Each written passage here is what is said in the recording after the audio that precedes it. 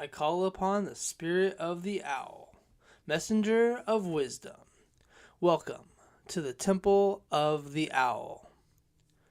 Merry meet seekers of knowledge. I am your host, Matt Owl. I hope everyone's having a wonderful day today. Here at the Temple of the Owl, located deep in the forests of Northern California.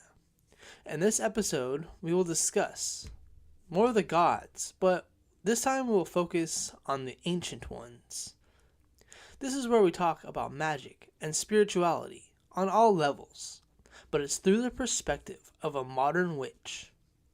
As always, these are just ideas to help you live a magical life and think about things differently. Take the information and do what you will. Enter the gates and explore my massive library. Preserving knowledge is my first priority, and I want to share it with you.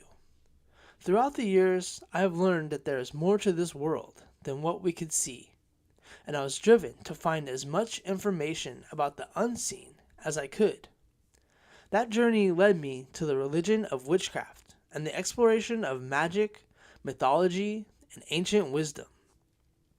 Thank you guys for listening, and thank you for your support on Spotify and YouTube. And we got Rumble coming up.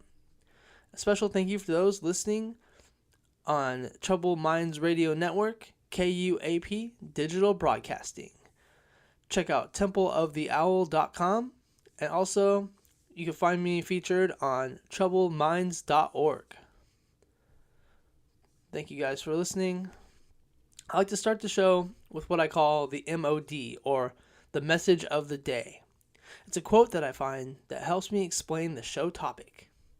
And today's quote, because we were talking about the old gods, and I like this one, says, "Even the gods trembled before the strength of the Titans." And that's from traditional myths. I like that one. But tonight, we'll continue our journey into the world of the gods. In part 1, we explored the many deities honored by pagans and witches today. We spoke about gods and goddesses from Celtic, Norse, Greek, and modern pagan traditions. But tonight, we travel even further back, before the rise of Greece, before Rome, before the Viking Age, back to the cradle of civilization itself. Tonight's episode is called Who Are the Gods? Part 2. The ancient ones. We're going to talk about the primordial gods. Before the Titans, before the Olympians. When most people think of Greek mythology, they picture Zeus throwing lightning bolts, or Hades ruling the underworld. But long before Zeus, long before Kronos, even before the Titans, there were the primordials. Now, the primordial gods were not gods of civilization. They were the universe itself. They embodied the first elements of existence, like darkness, light, sky, the earth, and even time, and the void. To the ancient Greeks, these beings were not created. They simply were. Now, chaos was the first primordial being. Today, when we hear the word chaos, it means disorder. But ancient Greek concept was different. Chaos was the vast emptiness before creation, the infinite void from which all things emerged. From chaos came the first powers of the cosmos. For many modern witches, chaos represents limitless potential. Before a spell takes form, before intention becomes reality, there is possibility. Chaos symbolizes that creative space where anything can happen. From chaos came Gaia, the living earth. Gaia wasn't merely a goddess who ruled the earth. She was the earth. The mountains, forests, rivers, valleys, and fertile soil were all considered part of her body. She gave birth to the Titans, the mountains, the sea, and countless other divine beings. Now, modern earth-centered witches often see Gaia as the embodiment of nature itself, and we honor her through environmental stewardship like gardening, herbalism, and seasonal rituals. Now, Gaia created Uranus, the sky, the endless sky. Together, Gaia and Uranus produced the Titans, the Cyclops, and the 100-handed ones. Their relationship eventually led to conflict, setting in motion one of mythology's greatest stories, the rise of the Titans, and later, the Olympian gods. Up next, we have Nyx, the goddess of the night. Now, Nyx is one of the most mysterious and respected primordial beings. She's personified as the night itself. Even Zeus, the king of the gods, was said to respect and fear Nyx. She gave birth to many powerful forces, including sleep, death, dreams, and fate. For many witches, Nyx represents intuition, mystery, shadow work, and the hidden wisdom found in the darkness. Speaking of darkness, we have Erebus. Now, he's the primordial darkness. He embodied the deep darkness. This wasn't simply nighttime. It was the darkness that existed before light itself. Together, Nyx and Erebus brought forth day and light, showing that even in mythology, light is born from darkness. Up next, we have Tartarus, the abyss. Now, Tartarus is both a deity and a place. It lies deeper than the underworld and became a prison for the defeated Titans after their war with the Olympians. As a primordial force, Tartarus represents the deepest mysteries, hidden power, and the unknowable depths beneath existence. Up next, we have Eros, who is primordial love. Before the familiar winged Cupid, Eros existed as a primordial force. The early Eros wasn't simply romantic love. It was the power of attraction that drew the universe together and allowed creation to continue.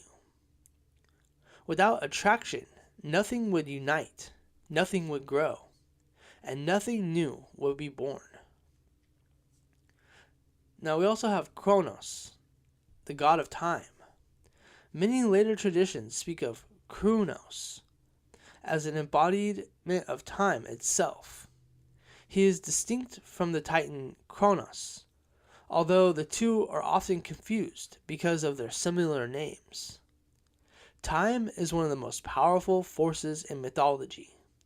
Everything, the gods, humans, kingdoms, and stars, exist within the flow of time.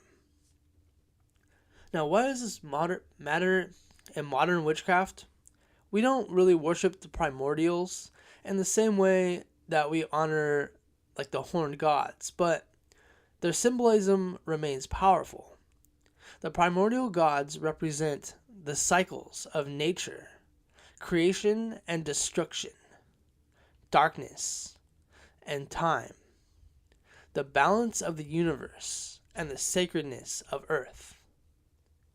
Many practitioners connect with these ancient forces through meditation, seasonal observations, and nature-based rituals, rather than formal deity devotion. The primordial gods remind us that before there were kingdoms, temples, and civilization, people looked at the world around them and saw divinity in the earth beneath their feet, the night sky overhead, the passage of time, and the mystery of the unknown.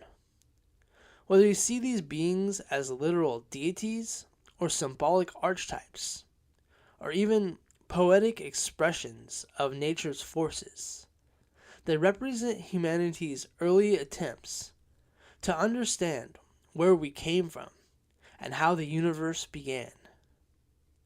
For which is today that enduring connection to nature and the mystery is one of the oldest stories of creation, is part of what keeps these ancient beings alive.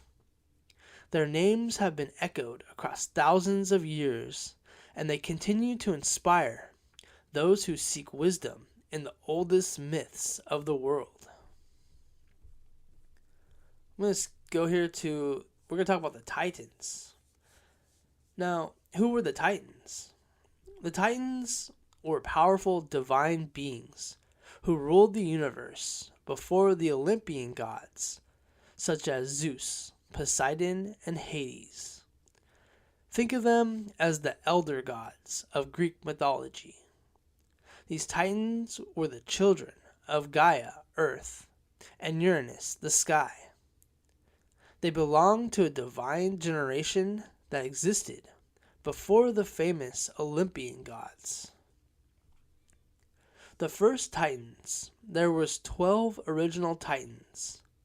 The male Titans were Kronos, Oceus, Hipparchon, Coeus, Creus, Lapetus, and the female Titans were Rhea, Themis, Messamene, Phoebe, Tartarus, and Thea.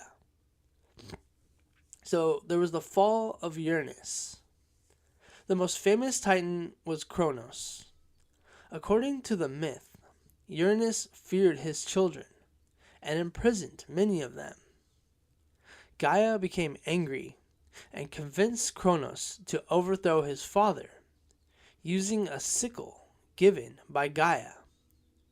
Kronos defeated Uranus and became the ruler of the cosmos. This established a recurring theme in Greek mythology: one generation of gods replacing the other. Kronos and the prophecy. After becoming king, Kronos received a prophecy. One of his children would overthrow him. Fearful of losing his power, he swallowed each child as soon as it was born. Hysteria, Demeter, Hera, Hades, Poseidon. And when Zeus was born, his mother Rhea hid him and gave Kronos a stone wrapped in cloth instead. Kronos swallowed the stone, believing it was the infant Zeus. When Zeus became an adult, he forced Kronos to release his siblings. Together, they declared a war on the Titans. This great conflict was called Titanomachy. The war supposedly lasted 10 years. The Olympian gods fought against the Titans for control of the universe. Zeus eventually freed the powerful allies imprisoned by Uranus, the Cyclops, and the 100-handed ones. The Cyclops forged divine weapons. Zeus received the thunderbolt, Poseidon received the trident, and Hades received the helm of invisibility. The Olympians eventually won the war. Many Titans were imprisoned in Tartarus, the deep abyss beneath the underworld. One of the Titans we'll talk about is Prometheus, the friend of humanity. One Titan remains specifically important: Prometheus. He defied Zeus by giving fire and knowledge to humanity. For this act, Zeus punished him severely. Prometheus became a symbol of rebellion against tyranny and human advancement, knowledge, and sacrifice. Many modern pagans and occultists view Prometheus as a hero who brought enlightenment to humanity. The Titans often represent primordial forces, ancient wisdom, natural powers, and cosmic cycles. the older mysteries beneath civilization. Unlike the Olympians, they were often portrayed as rulers and personalities. The Titans frequently embody vast natural and cosmic principles. We can throw this in here. Let's see if we can get this in. We're going to talk about the Anunnaki, because those were some of the first gods. The Anunnaki of Mesopotamia and the powerful gods and goddesses of ancient Egypt. Thousands of years before these myths were recorded, humanity was already telling stories about divine beings. The earliest civilizations emerged in Mesopotamia, the land between the Tigris and the Euphrates rivers, and what is now Iraq. The Sumerians built cities, developed writing, and recorded stories on clay tablets over 5,000 years ago. Among the most fascinating deities was a group known as the Anunnaki. Who were the Anunnaki? The word translates to "from heaven to earth they came." They were the offspring of Anu. Anu was the supreme sky god, the ruler of the heavens. The Anunnaki were not originally described as aliens, but in authentic Sumerian mythology, they were divine beings responsible for maintaining cosmic order. Some were associated with heaven, some ruled the earth, and others governed the underworld. The major members of the divine family included Anu, the lord of the sky, Enlil, the god of wind and storms, and Enki, the god of wisdom, magic, and waters. Ninurshag, the goddess of fertility and creation. Inanna, the goddess of love, power, and the morning star. The ancient texts describe these powerful beings as forces who shaped the world and influenced human destiny. Modern theories often portray the Anunnaki as extraterrestrial visitors. Those ideas became popular through the writings of Zachariah Sitchin, who interpreted the ancient tablets in unconventional ways. These stories remain controversial and are not accepted by mainstream historians. They have inspired countless discussion about ancient mysteries and the possibility of forgotten knowledge. Whether viewed as literal gods or symbolic forces of misunderstood historical figures, the Anunnaki continue to fascinate people around the world. And I do plan on doing a whole show, a whole Zachariah Sitchin book review. Let's talk about Enki, the Lord of Wisdom. Among the Anunnaki, one figure that stands out, Enki, the god of wisdom, magic, creativity and knowledge, and fresh water. He was often portrayed as the benefactor of humanity. Many myths talk about him teaching humans, writing, and agriculture. To many modern spiritual seekers, Enki represents the archetype of the wise teacher and the keeper of hidden knowledge. He was the guardian of sacred mysteries, and his stories remind us that wisdom is one of humanity's greatest treasure. Like I said, we're going to do a future show about the Anunnaki gods. The gods of the Nile. Let's travel west across deserts and through time to ancient Egypt. Over 3,000 years ago, Egyptian civilization flourished along the Nile River. Their gods were among the most recognizable and enduring in history. We have Ra, the sun god. One of the most important Egyptian gods was Ra, the sun itself. Each day he sailed across the sky in his solar boat, and each night he journeyed to the underworld, where he battled the great serpent Apophis, a force of chaos seeking to destroy creation.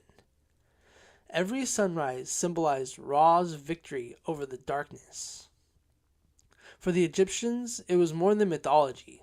It represented a daily triumph of order over chaos, light over darkness, and life over death. Isis, the great magician. Perhaps no Egyptian goddess became more loved than Isis. She's associated with magic, healing, protection, and resurrection. The story of Isis and Osiris remains one of the greatest myths ever told. After Osiris was murdered by his jealous brother Seth, Isis searched the land to recover the scattered pieces of his body. Using powerful magic, she restored him long enough to conceive their son, Horus. This story became a symbol of love overcoming death. We have Thoth, the Lord of Knowledge. Listeners of the Temple of the Owl have heard his name before. Thoth, the ibis-headed god of wisdom, writing, science, and magic. The Egyptians believed that Thoth created writing itself. He was said to record the deeds of souls and preserve the wisdom of the cosmos. They connected him with the Hermetic teachings on the legendary Emerald Tablets. We also have Anubis. He was the guide of the dead. He's one of the more recognizable Egyptian gods. Anubis, depicted with the head of a jackal, guided souls through the afterlife. He oversaw the weighing of the heart ceremony, where the deceased person's heart would be weighed against the feather of Mat, the goddess of truth and balance. If the heart was light and pure, the soul would remain on the journey. If it was heavy with wrongdoing, it faced destruction. This powerful image reminds us that our actions matter, that the truth matters, and that the balance is essential. Well, that was a lot. Talking about the old gods, why do they still matter? Because some people will hear their stories and just think of them as myths. But mythology is often much more than that. The gods represented forces. Whether you see these as literal deities or archetypes or cultural symbols, they continue to inspire people thousands of years later. It asks us questions like, where did we come from? Why are we here? And what happens when we die? Some of the greater powers beyond our understanding. Perhaps the gods are not merely figures of the past, but perhaps they are reflections of timeless truths that continue to speak to us today. Well, thank you guys for listening. We're running out of time. Thank you for listening to the Temple of the Owl. Until next time, keep learning, keep questioning, keep searching for the wisdom hidden within the shadows. Release the spirit of the owl. Thank you guys for listening. KUAP, Digital Broadcasting, the Troubled Minds Radio Network, templeoftheowl.com, and troubledminds.org. Thank you guys for listening. Have a great day. Blessed be. For many centuries, witchcraft has been considered evil, associated with the devil and all things dark. Let's break these stereotypes with your host, Matt Sal, of the Temple of the Owl. Let's talk about magic, of the old ways to explore the many roles of the witch, learn the tools of the craft, the history of the science behind